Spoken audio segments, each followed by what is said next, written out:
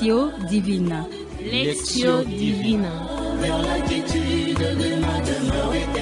Lectio Divina, une émission pour méditer, prier et vivre la parole de Dieu au quotidien. Lectio Divina. Lectio Divina.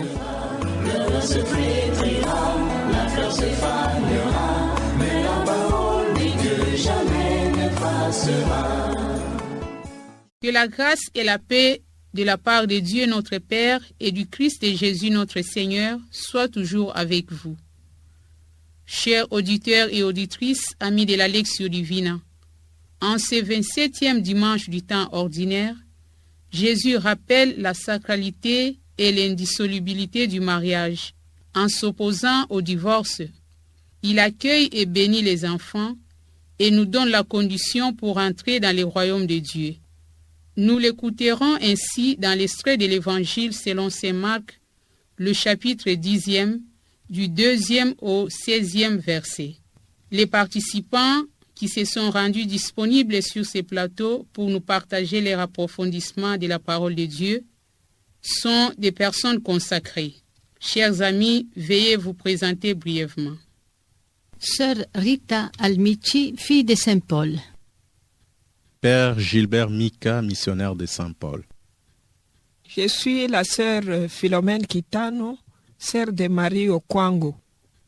Bienvenue et merci d'être avec nous pour vivre et partager la parole de Dieu suivant l'inspiration de l'Esprit Saint. À la présentation, la sœur Rita Yamba, fille de Saint Paul. Amis auditeurs, sans l'assistance de l'Esprit Saint, nous sommes incapables de comprendre la parole de Dieu. C'est pourquoi, au début de notre prière, nous voulons invoquer cette troisième personne de la Sainte Trinité à travers le chant que la régie va nous proposer. Tout de suite après l'évocation de l'Esprit de Dieu, nous passerons à la contextualisation de la péricope de l'Évangile choisie pour notre Lectio Divina. L'Esprit reçu à ton baptême, fais-lui porter beaucoup de fruits comme Jésus l'a fait lui-même. Viens aujourd'hui dans notre cœur, l'Esprit d'amour et de lumière. Vienne sa force qui libère, vienne le souffle du Seigneur. Ravive en toi le feu nouveau, l'esprit qui brûle en ta demeure. Tu seras signe du Très-Haut, prophète et prêtre pour son peuple. Dans le passage de l'Évangile que nous allons écouter, méditer et partager avec vous, Jésus rappelle aux pharisiens et à nous aussi que ce que Dieu a uni, personne ne peut le séparer. En évoquant les auteurs de la Genèse, Jésus atteste que l'amour entre les personnes mariées a été ordonné et béni par Dieu, qui voulait que les deux deviennent un. Ensemble, les personnes mariées doivent être les intendants de tout ce que Dieu a créé et elles doivent participer ensemble à la puissance créatrice de Dieu en donnant naissance à de nouvelles vies, les enfants qui doivent être aimés comme des dons précieux de Dieu. Cependant, pour diverses raisons purement humaines, cet idéal n'est pas de fois réalisé. Certains mariages ne durent pas.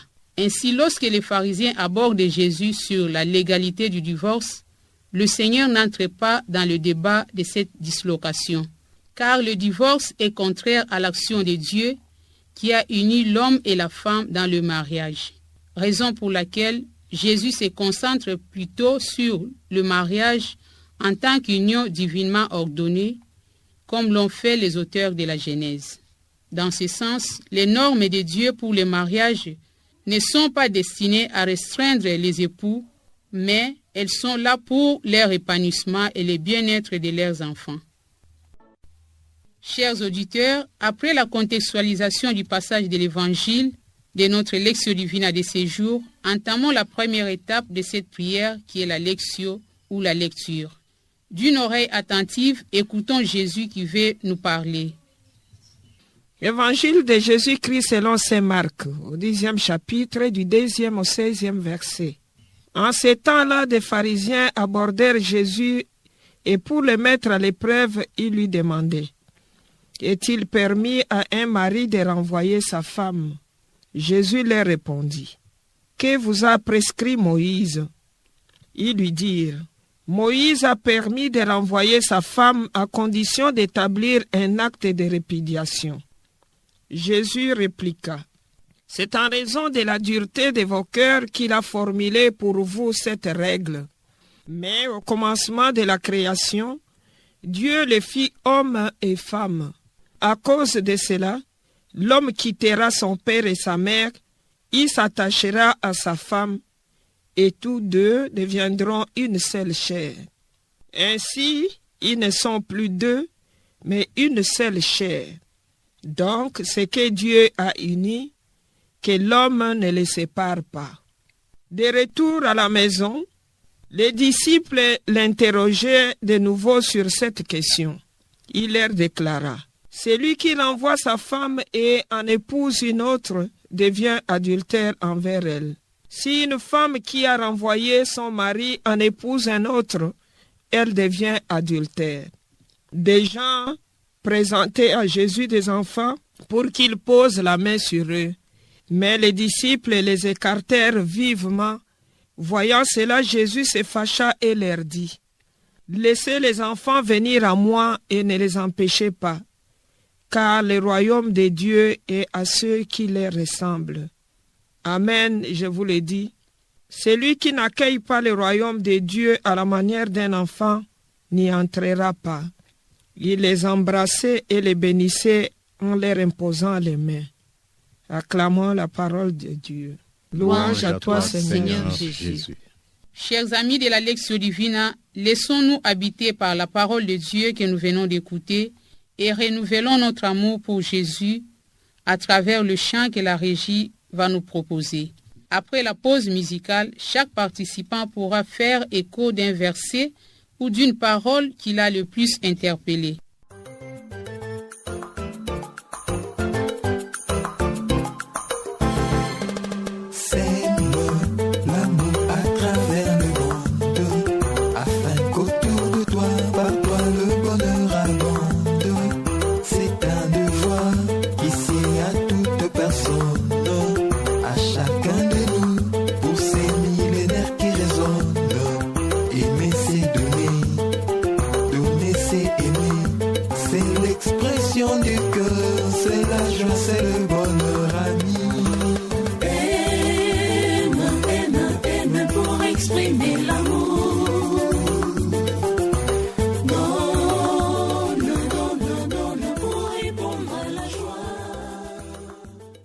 Chers auditeurs, écoutons le partage de nos participants sur la parole ou le verset qui les a touchés.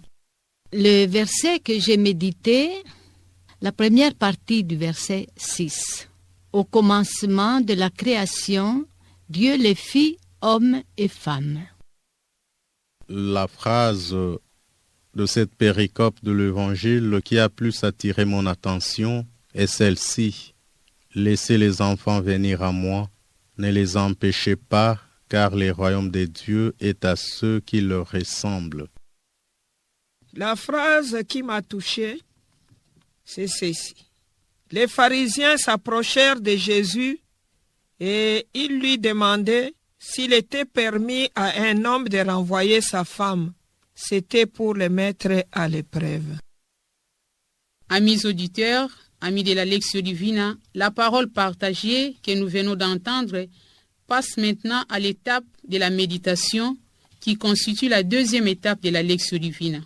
À présent, chaque participant va partager les fruits de sa méditation suivant le verset ou la parole qui l'a le plus touché. Dans la Bible africaine, qui a comme texte de base la Bible Tob, traduction écuménique de la Bible, ce passage est intitulé « Débat sur le mariage et sur le divorce ». Les pharisiens qui aiment toujours provoquer Jésus et lui tendre des pièges posent donc cette question à Jésus. Est-il permis à un mari de renvoyer sa femme? La réponse de Jésus est claire et sans compromis. Dieu les créa hommes et femmes, et ce que Dieu a uni, que l'homme ne le sépare pas. Mariés pour toujours, mariés pour la vie. C'est un engagement pour toute la vie. Dieu ne permet pas le divorce. Même si tant de pays, dans leurs lois aujourd'hui, permettent le divorce, au commencement, dit Dieu, il n'en était pas ainsi. Alors pour moi, que je suis religieuse, qu'est-ce qui me dit ce sacrement du mariage? Il me parle de la fidélité.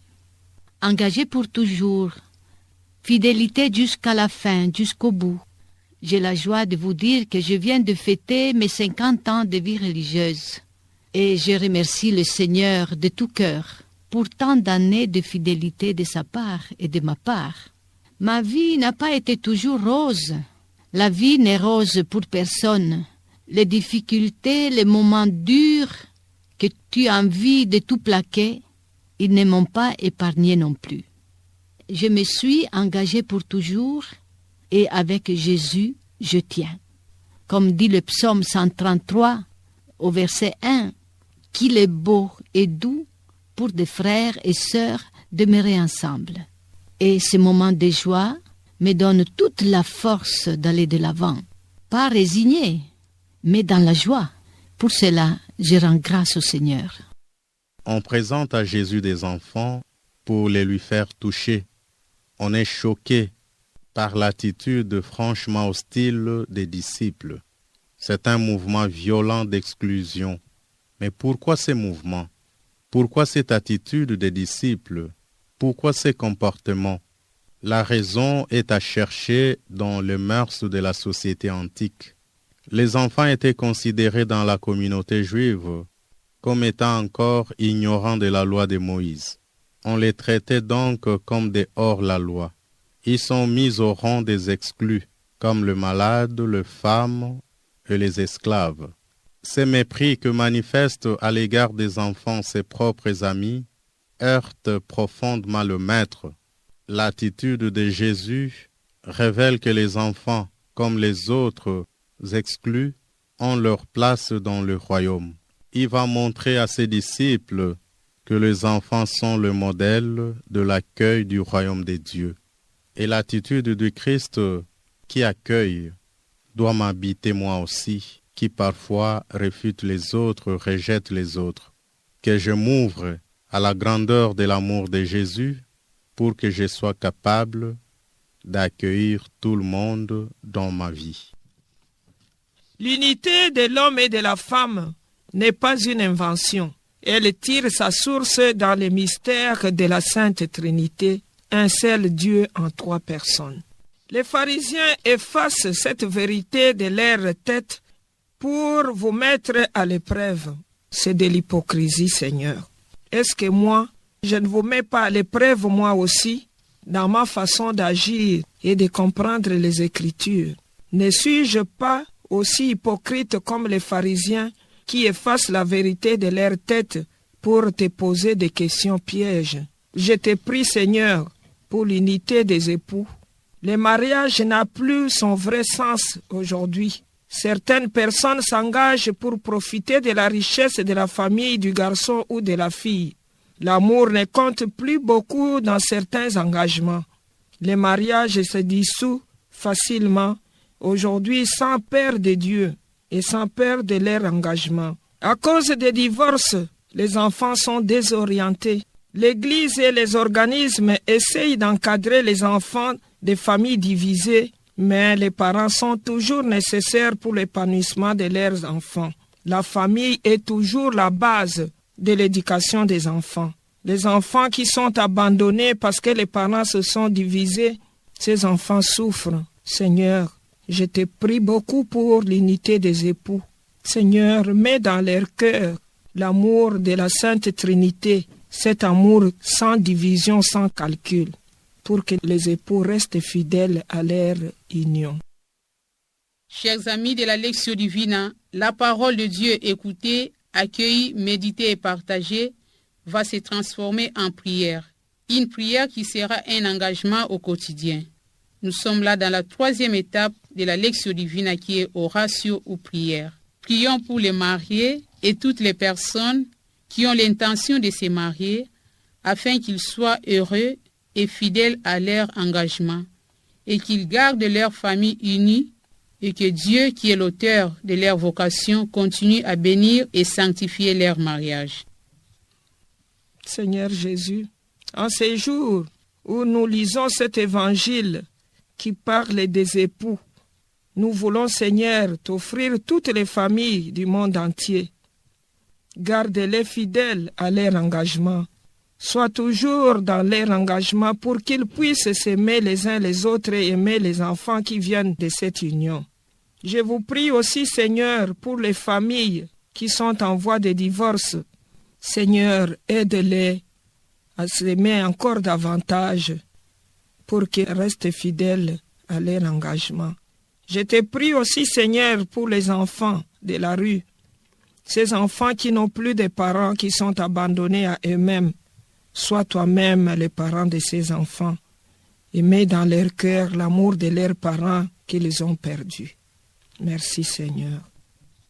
Seigneur, dans notre monde si complexe, il m'est parfois difficile de garder un esprit d'enfant. Cependant, avec la simplicité d'un enfant, je crois en ton amour pour moi et je te fais confiance pour tout.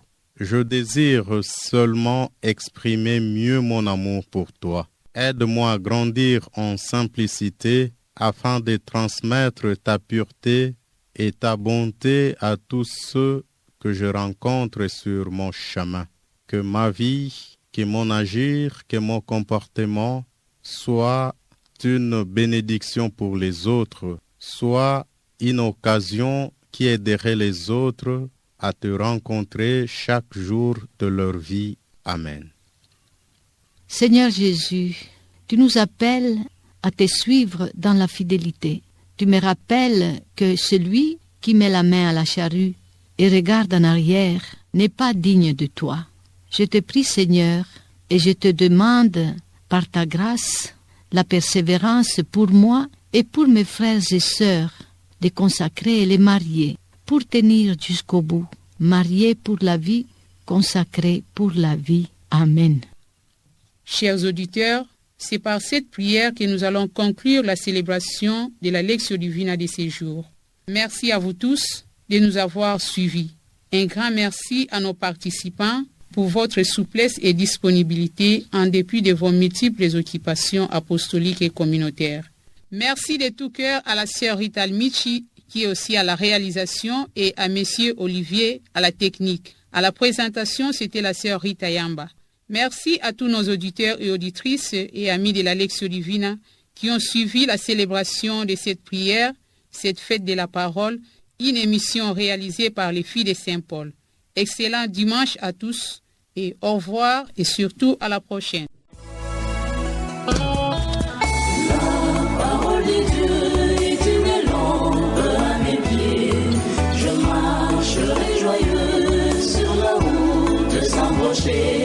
Lectio Divina.